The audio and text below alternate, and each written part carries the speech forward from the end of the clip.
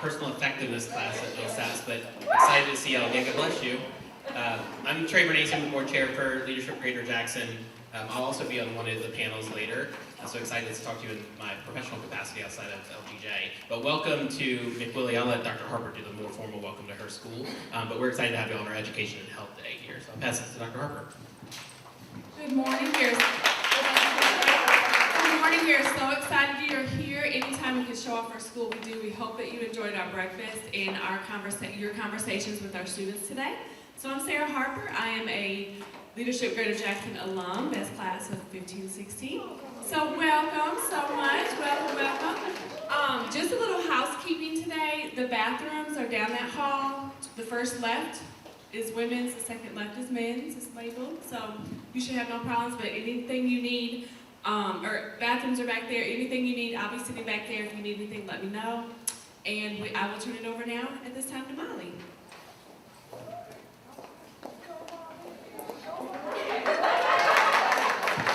You know, I get very, very excited to see you all together, so welcome back. It's been too long.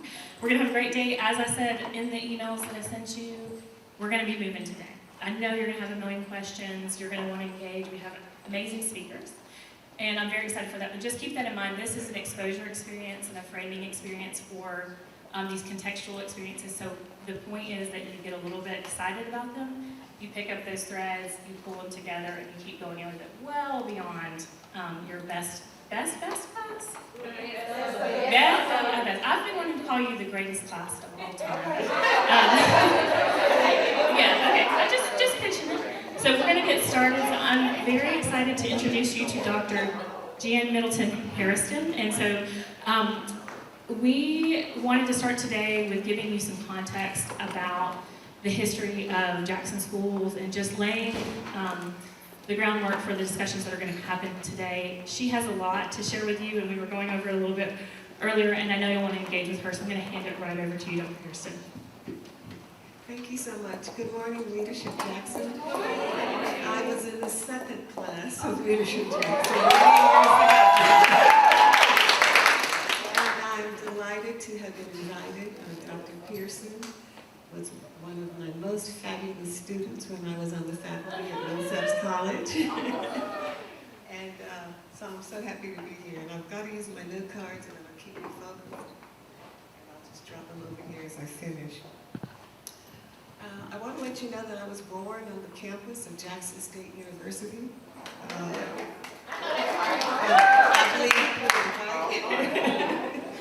My father was an Episcopal priest in Jackson and a colonel in the United States Army.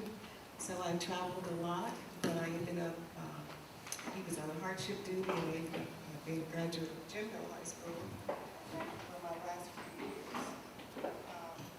As many of you might know, West Jackson is the heart of the civil rights movement. The Sonic Temple on Lynch Street. It's right around the corner from where I live in West Jackson. The COFO House, the Congress of Federated Organizations, is also on Lynch Street. And the COFO workers lived right across the street from my grandmother's house on Rose Street. So I was pretty much an eyewitness to the civil rights movement.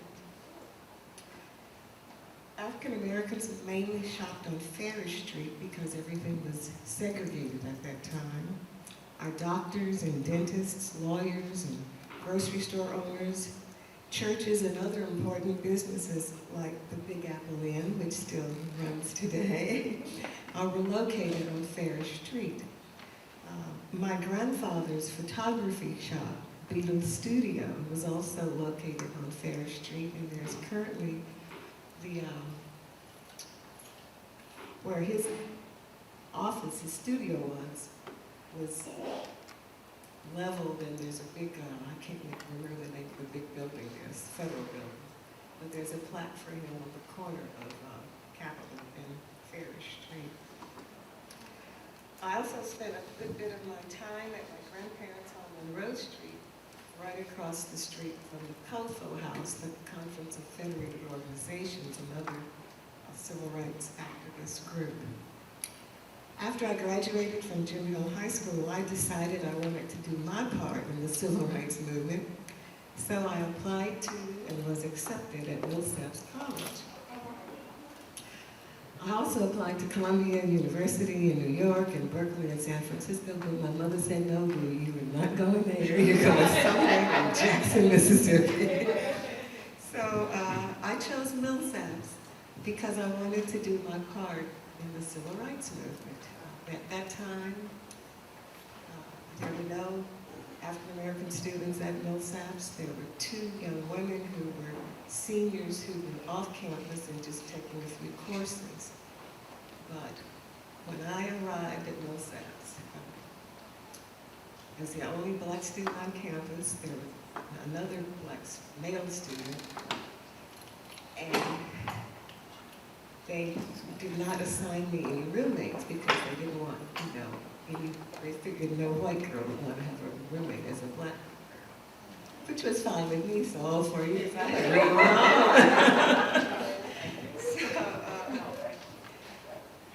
What else do I say? So I had no roommates the entire time I was there at Millsaps. I graduated from Millsaps with the major in political science and a minor in history. And I earned my teacher certification while I was at Millsaps. And at that time, I also had the good fortune of working with Dr. Charles Salas, who was my most favorite history professor in the world. And he invited me to be a co-author of the Mississippi history textbook, Mississippi Conflict and Change. And that book is so powerful and so real and tells the truth that it was banned the first time we published it, and it was again banned the second time we published it. So if you want to read a fabulous book about our state history, look up Mississippi, Conflict and Change. I purchased copies and gave every Jackson Public School, middle school and high school 2 copies of that book because I want our youth to know our history and not be ashamed or afraid of our history. Mississippi is a great state. Don't let anybody fool you, okay? Just because we've had some trials and tribulations, every state in the United States has had trials and tribulations. As I said, I went to Harvard University after Millsaps for graduate study and on a Danforth Fellowship.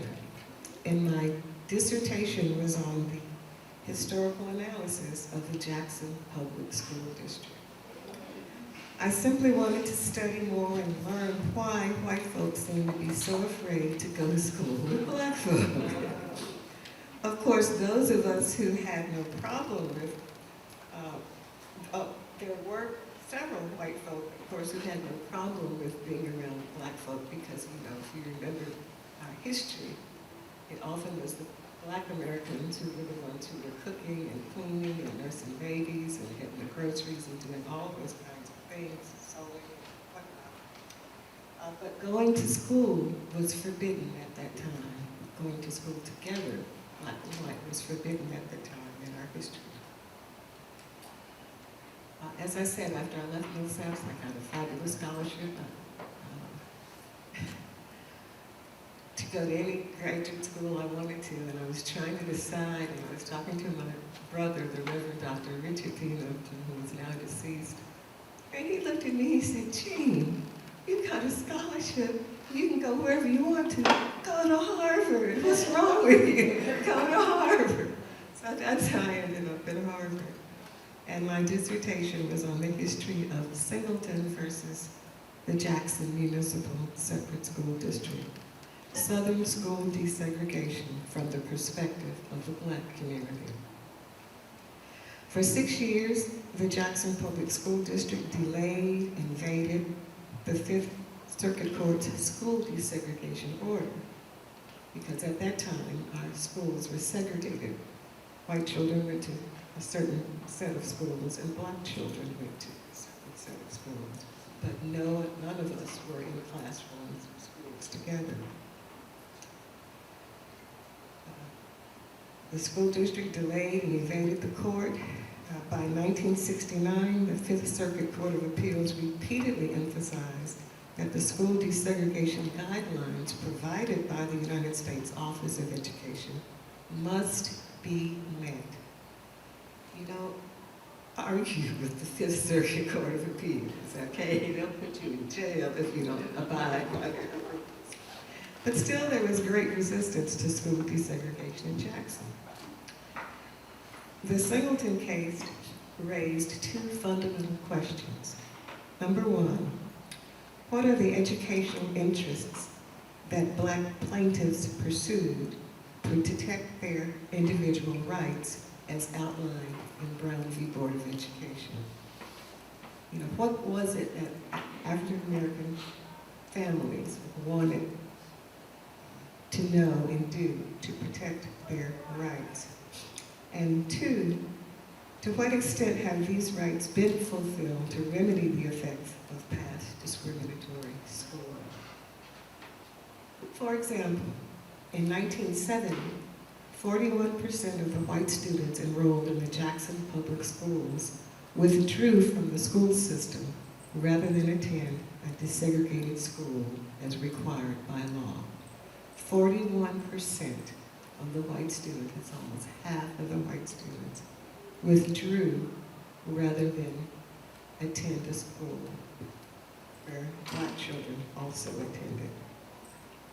At the same time, Black children were being transported from one historically Black school zone to attend another predominantly Black school zone because the white folk had left. So we were moving Black children from one Black school to the other, which Black parents, of course, were not particularly happy with that. This was the result of white flight. White families fleeing any association with Blacks. My dissertation sought to determine if the plaintiff's initial educational interest to attend good, well-equipped public schools in their neighborhoods were secured through the court-ordered plans. So really what Black parents were seeking was to be able to attend outstanding schools. Now, one thing as a side, I don't have it written here, you know, now that we've got new leadership in the Jackson Public Schools, I think all of our schools are rising and doing much better than they have been since these days. So this is history I'm talking about. It's not today, Jackson Public Schools. By 1975, the 14 years of desegregation history suggested that the white community exercised considerable influence upon the design of the desegregation plans. Black students were the ones being bused out of their neighborhoods, and it appeared that our best and most seasoned Black teachers and principals also were being assigned to predominantly white schools. And I know this for a fact because my mother and my two aunties were teachers in JPS at the time. And of course, my mother and my two aunties were exceptional teachers, and they all were moved to teach in the white schools. So, you know, you can't be mad at that because everybody wants the best teacher for their child, but it's kind of a little sticky. It makes you wonder, you know, why is this going like it's going?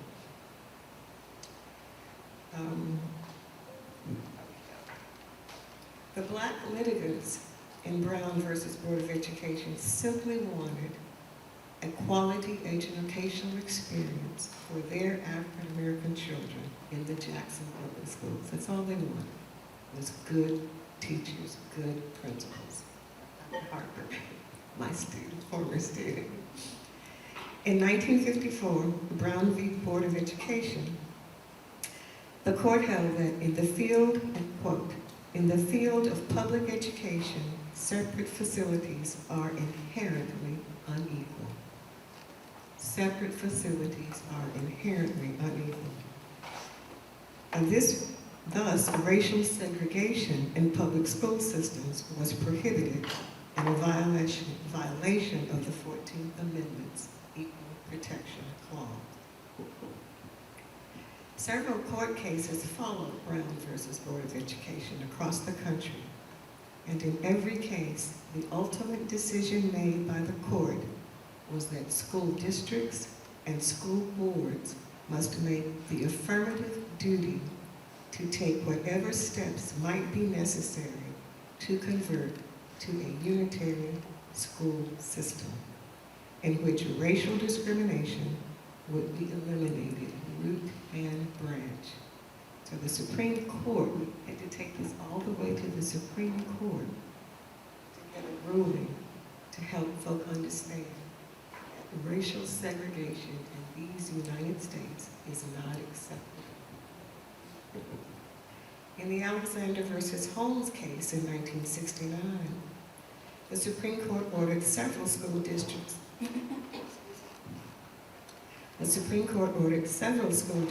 to develop desegregation strategies that would realistically achieve the desegregation ordered in 1954. The Alexander Court ruled that school districts must begin immediately to operate a unitary school system. So the courts have always been on the side of right, particularly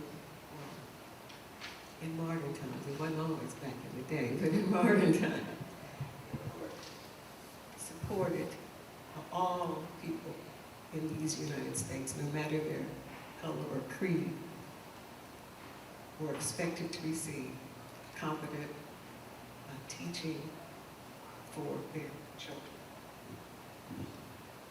So the Alexander Court ruled that districts must begin immediately to operate a unitary school. By 1971, the Swan versus Charlotte-Mecklenburg County case spoke to the impact of residential segregation on school desegregation. And this also included northern districts. So this problem of racial segregation, it was not and is not just a problem of the southern states. We have this problem all across these United States of folk being afraid to be associated, in particular their children to be associated with people of a different hue. And that's a long-standing, kind of ignorant piece in folks' mind that we're still trying to eliminate in this country. In short, the court ordered that school boards must provide adequate education for all children, youth, and young adults, no matter what their color or status. All children, all youth, all young adults who are school age. That means 10 minutes left? 10, Yeah, okay. Might end up before that. All children, youth, and young adults, no matter what their color or status, must be uplifted and attended to likewise. I really could go on and would be happy to answer questions. However, please remember that our fundamental challenge is that the Jackson Public School District, like other school districts across these United States of America, must constantly and with vigor do everything possible to be sure that our youth survive and thrive through an excellent educational experience. The unanswered question that remains, and the question that I believe the Jackson Public School District is addressing with vigor and success, is what will be our strategy in the future to eliminate inferior schooling for the children enrolled in the Jackson Public Schools? Black, white, Latino, East Indian, all children, all youth and young adults of all racial categories and creeds deserve an excellent education. So what is our strategy and how will we reach our goal to success? How will we ensure excellent education for all? Medgar Evers was assassinated on June 12, 1963, in the driveway of his home by Byron D. Beckman, a member of the White Citizens Council, also known as the Ku Klux Klan. Medgar's life was a life of service to all people of goodwill and was not a factor in racial discrimination. He helped organize boycotts and set up new local chapters of the NAACP. He supported James Meredith's efforts to enroll in the University of Mississippi in the early 1960s. He helped organize the Biloxi wade-ins in protest against segregated beaches on the Gulf Coast. Medgar Evers spent 24 hours each day serving others in our fight for freedom and justice. Civil rights activists, young and old, were beaten, spit on, had their car tires slashed.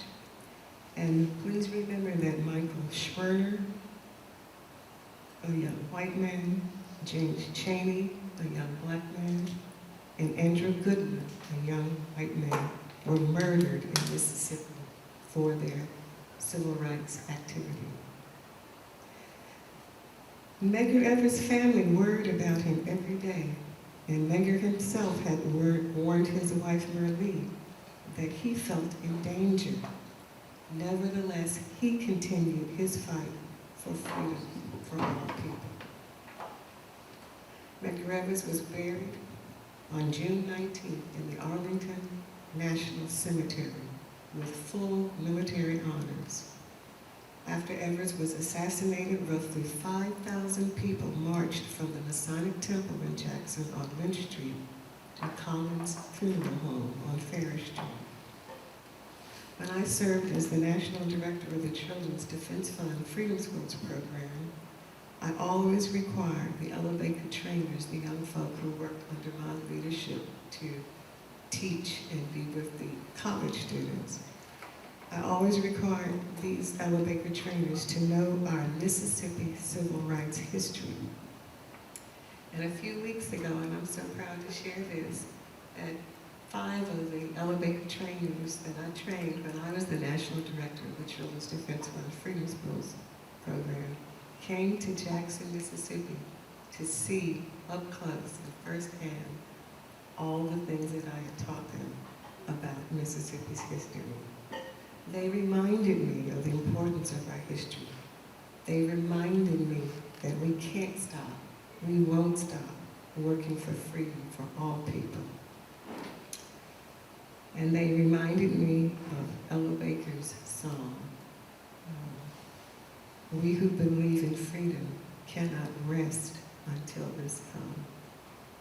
We who believe in freedom cannot rest until all people in these fabulous United States of America have freedom and justice for themselves, their families, their children, and those yet to come. I want to thank you so much for being here today, for your concern and your hope for the Jackson Public School District, for lifting up our parents, our teachers, and our staff, and our leadership team and our school board. I've been on the school board. I've got 2 more years. It'll be 10 years on the Jackson Public School District School Board. You may not remember, but when the state was about to take over the Jackson Public School Board, they fired everybody and said, you've got to name a new school board. And my dear friend, I can't remember his name now.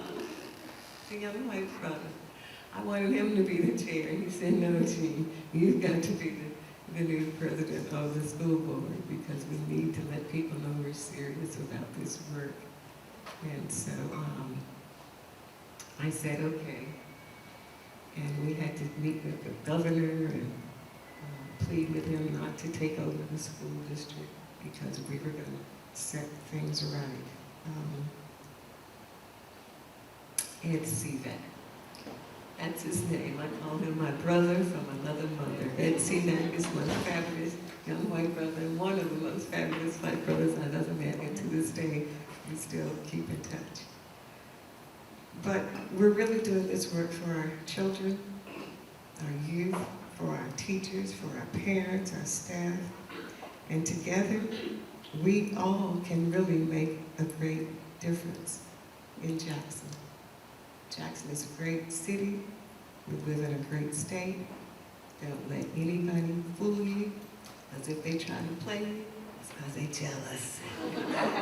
Jackson, Mississippi, we're doing fine and we're going to do better. Thank you for inviting me.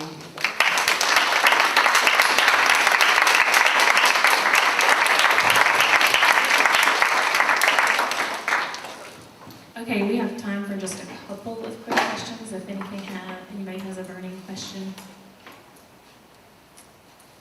I do. You mentioned you see the contrast from when desegregation happened to where Jackson Public Schools are now. What do you think the greatest challenge is for the public school system now, and what is kind of the thing that you're most proud of that you've seen recently? I think the greatest challenge that I've witnessed is helping our parents understand how important it is to get their children to school on time. On time. As you're riding the bus, the children who ride the bus generally make it on time because their parents get them out the door even if they're in their house shoes and, they get them on out. But if you are a child who lives closer to the school where you can walk or your parents can take you, that's a problem. I was visiting, I'm a school board member, I visited all the schools in Ward 5. I was visiting, I think it was Conn Park Elementary School. And a parent came in with their child at about 10:45. She was in her bathrobe and house shoes because it's right before lunch. So they'll get them here right before lunch, but we've got to reach our parents to help them understand how important it is to have our children at school and on time. And what was the next question? Just what you're most proud of in the recent work. Oh, I am most proud of the fact that the state did not take us over.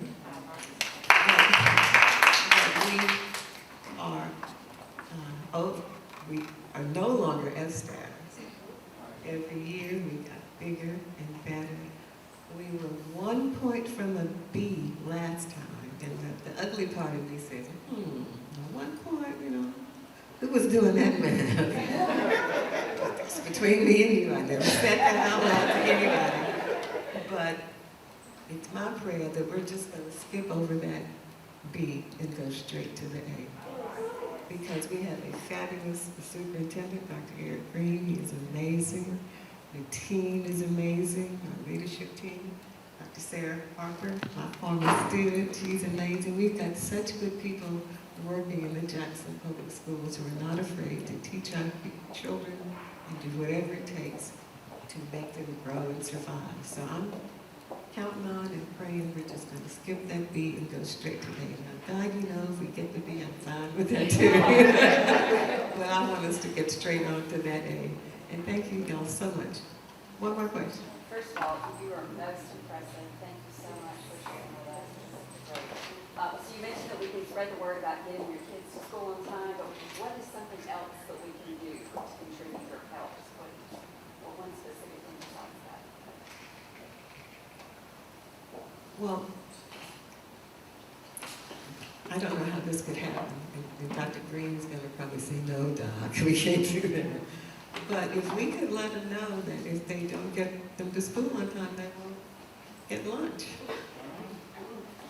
I don't know how we could do that.